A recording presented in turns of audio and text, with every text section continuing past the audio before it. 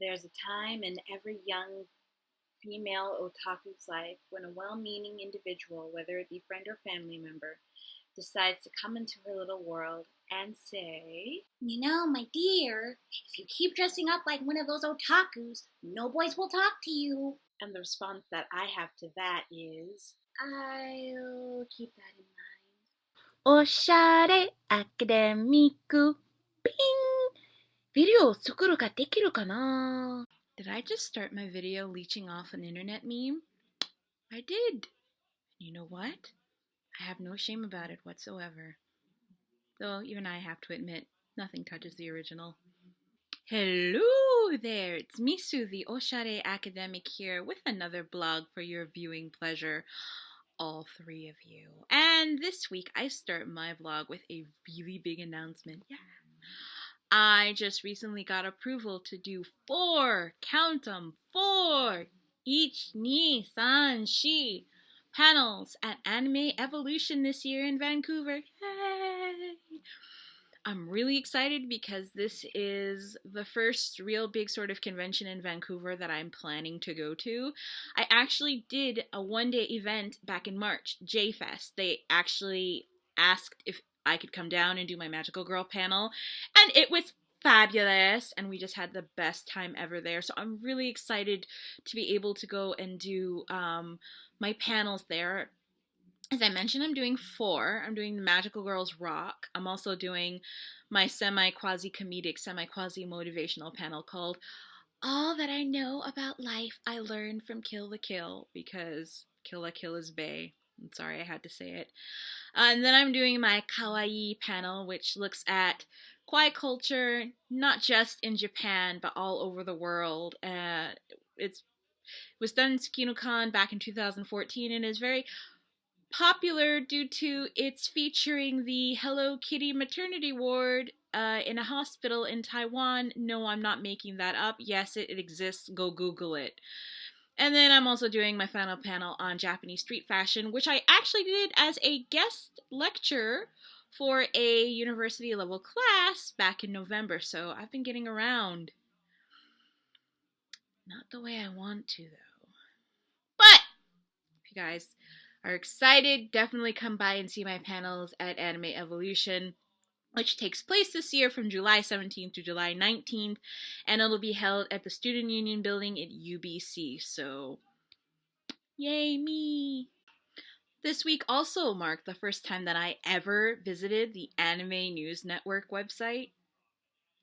You might not think that's very exciting, but it was a big thing for me, because for many years I actually really... Ooh, I'm so sorry about that. I resisted going on this website for a very long time, especially after I became a woman of a certain age, because I just figured that like only people who are super, super, super obsessed with anime go visit that site. And yes, that's a really sort of bad sort of, generalization, and I'll be the first to apologize for it. But I just really resisted going onto that website. But I went on it, and I found this really cool article that talked about how they did this one sort of panel. I'm sorry, no, it was more like a questionnaire or survey. There we go, survey in Japan that asked people what the good and bad parts were of being a fan of anime or being an otaku. And I found this article really interesting because it kind of delves into some research that I did a couple of months ago into SkinoCon as a convention, and people who cosplay and people who go, as, fans of anime and manga and things like that. And I found it really interesting because people were like, they would, have the motivational stories about how they would see anime and they'd make them want to, become a mangaka, which is a manga artist, or become an animator. Or, they would see a particular series and it would change their life. But the thing that really caught my eye is when they started talking about the bad aspects of this, particularly when people would say, oh, if I'd never watched anime, I would have never become an otaku.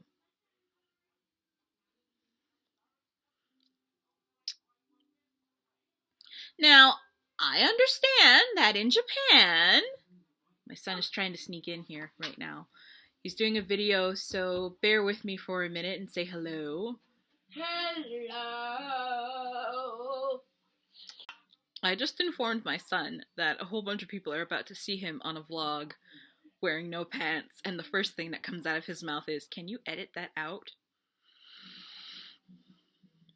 He's 6, ladies and gentlemen. He's 6 years old. Anyway, I just found the article very interesting because, I mean, I understand that there's a negative connotation in Japan with being associated as a pure otaku. And this has to deal with a serial murderer in, I want to say, the 90s, who targeted young girls to sexually assault and then kill. So since then, it's like they has associated the term with this guy, and I can't think of his name, who would mainly stay home all day and look at anime and things like that, and would do these horrific things. I totally get that.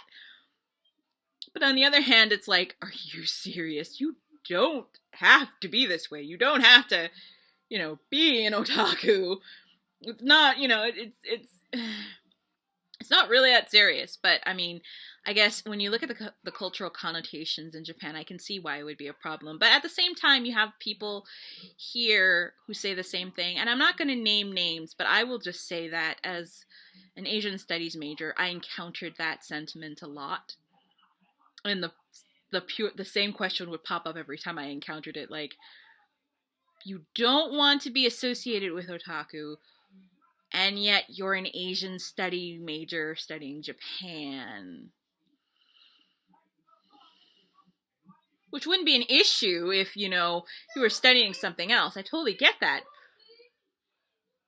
I don't know, it's just something I never fully understood. I will be the first person to call myself an otaku. I, in fact, call myself an academic otaku. Like, Oshare. Otaku. Oshare means stylish, by the way. So I will be the first person to, admit that about myself. But I just found that article really interesting. Would you say that being an otaku is a bad thing? I suppose in certain contexts, like if you live in a small town and that's not really a thing, that would be a bad thing, but I don't know. The article got some really big mixed feelings for me, and I have a feeling I'm going to end up researching about that in the future, so that's a thing. And finally, I've actually been getting around to watching more magical girl anime in preparation for my panel in July. Most of my work sort of centers on Sailor Moon, Kill la Kill, Monica Magica, all of those sorts of shows. So I thought, maybe I should start watching a bit more so I have a bit more context. So I started watching Hyperdimension Neptunia, and I started watching Cute High School Earth Defense Love. I know I butchered that title, and to the fans, I'm so sorry. But basically, it's the sort of magical boy parody that came out back in January that I didn't really get a chance to watch because I was all up in Sailor Moon Crystal's Grill. Not so much anymore. So, and I started watching them, and it's really interesting because one is very much parody. It's very much parodying. It's very much a parody of magical girl anime, and Sailor Moon, oh my goodness, Sailor Moon is getting the brunt of that parody. So when I see the little references, it's so hilarious. It's just like, dude, you're not even trying to hide what you're parodying, and that's what makes it so charming. Meanwhile, Hyperdimension Neptunia is very much on the shonen spectrum in that it's fan servicey, but it's not outright fan servicey a la Kill la Kill. Like, it's very clearly for a mainstream or even a male audience. But I actually kind of like that one. Because it's I don't know, I watched the first couple of episodes and I just really sort of liked it. Maybe I just like the idea that there's these cute little girls that turn into like these women, which really I think is kind of what like Sailor Moon are trying to, when they do the henshin sequence, they try to get at. But Hyperdimension Neptunia really hits that home for you, like when they turn into goddess form.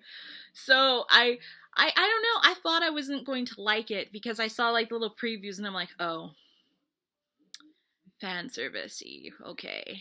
I mean, I liked it with Kill la Kill, but at least they had like the teacher in there, so I could kind of get away with it. But I actually kind of like Hyperdimension Neptunia a little bit more than I like the other magical boy one. And I think it's because with the first few episodes, it's really funny, but it's like you're hitting me upside the head after a while with all this love sort of lessons. And it's just like, come on. You've got a bit more, don't you? I will say that I really love how this series finally addresses the whole thing, like, how do these people not know that these magical girls, or boys in this case, have this alter ego and they don't recognize who this person is? And I love how this anime actually, you know, addresses that, and they even have like the pixelation and the voice distortion, and I lost it. And I'm like, is this how it is for all the other ones? Because this is really the first time they've ever brought this up.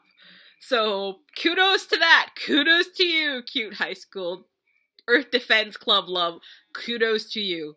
Because finally somebody had to bring that up. Somebody finally had to talk about the elephant in the room. And no, maybe in some other anime they will address that, or maybe it'll just be this one since it's pure parody. And there you have it, my little spiel for the week. I hope you guys enjoyed it, and thank you very much for watching. If you have any questions or concerns, or if you have any ideas for what you'd like for me to talk about in the next video, please be sure to leave a comment down below. And as always, I will try to update the vlog every Thursday, but I'm going to state right now that for the first 2 weeks of June, I have a lot of things going on, so I'm going to be really busy, and I can't guarantee that I'll have anything posted by that time. Just bear with me. I will definitely get back to it, and I will do my best. So, thank you again for watching. Take care. じゃあ終わりましょう。バイバイ。